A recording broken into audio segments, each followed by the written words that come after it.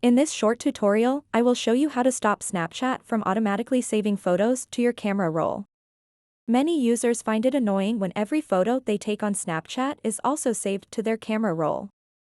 Luckily, there is a simple way to prevent this from happening.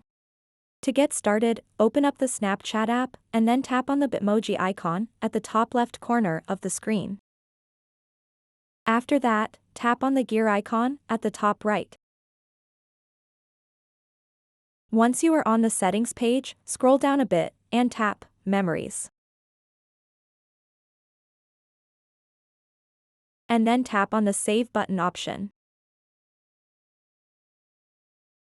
As you can see, this is set to Memories and Camera Roll, which means when you tap the Save button while editing a snap, that snap will save to Memories and to the camera roll.